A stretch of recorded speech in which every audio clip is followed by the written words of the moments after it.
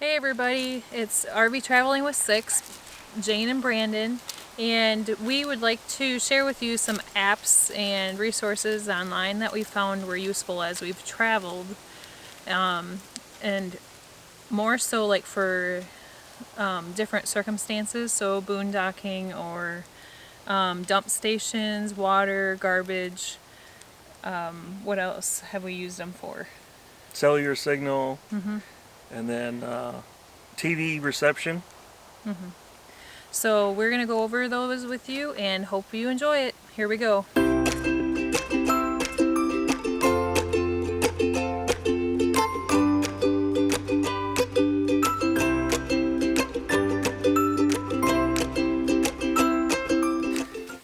So our number one app that we use often is Campendian, and that app is very useful for pinpointing parks that have cellular signal, especially when you're boondocking or just a camp in general.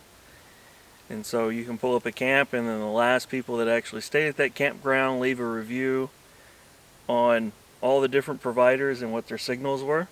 And then you can also see a camp review and some other information on there as well. But we mainly use it for the cellular reception since we have to have internet. And so, but that would be our number one app. We also, for cellular reception, I also ask or search around on full-time families, Facebook groups. Usually a lot of families will post about it, so I can either search it or I can ask the question and find out what the latest is for that. One of the other apps we use is, well, actually, it's not an app, I don't think. It's a website I go to. It's called rvdumps.com, and it's very, what's the word I want to use? User friendly. It's user friendly, but there's a lot of information wherever you're at throughout the U.S. So it's not like just one part or certain parts of the U.S. Like anywhere you're at, you could use it, and it would be for finding water and full dump and stuff like that. Either free or a low, like $10 or $15 charge. I think the most was like a $20 charge. So we used that a lot when we were out west, and either try to boondock more is what we did out there, or we're just stopping here and there for a night or two and then keep going. So we use that often to find out where things were at. You know, and the second app we use is Allstays, and so that gives a little bit different information compared to the other apps. Not one app shares the same information or as far as the same reviews between the different users, so having multiple apps can kind of help you figure out what you're looking for or give you more of an idea what the campground's going to be like. We use another app called Antenna Point, and what Antenna Point does, if you don't do a lot of streaming, if you use your antenna on the rig, you can actually pull up that app and pinpoint to the closest antenna for the TV reception. And so it'll actually tell you the distance, and it goes from 25 miles all the way out to 150 miles.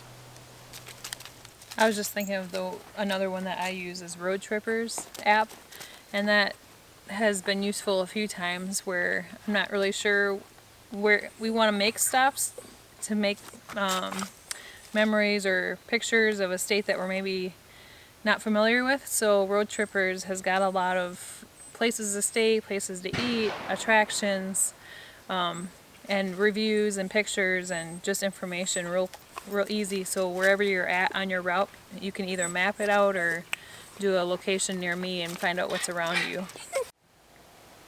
Another app that we use is rec.gov, and that's mostly for your national parks and mostly when you have to register for the use of your national access pass.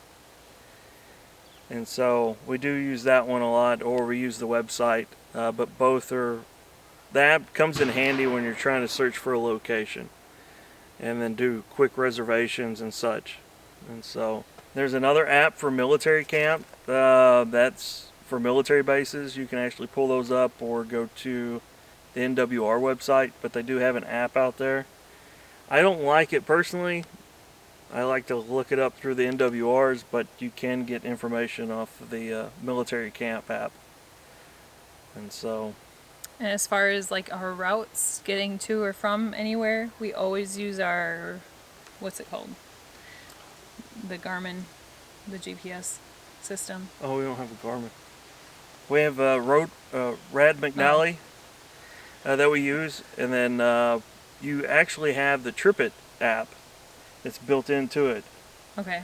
And so you can actually build out your trips and put all your waypoints and actually link everything within that actual website and link it to your GPS. So then I can just log in and it'll shoot my destination straight over to my GPS, so I don't have to worry about it.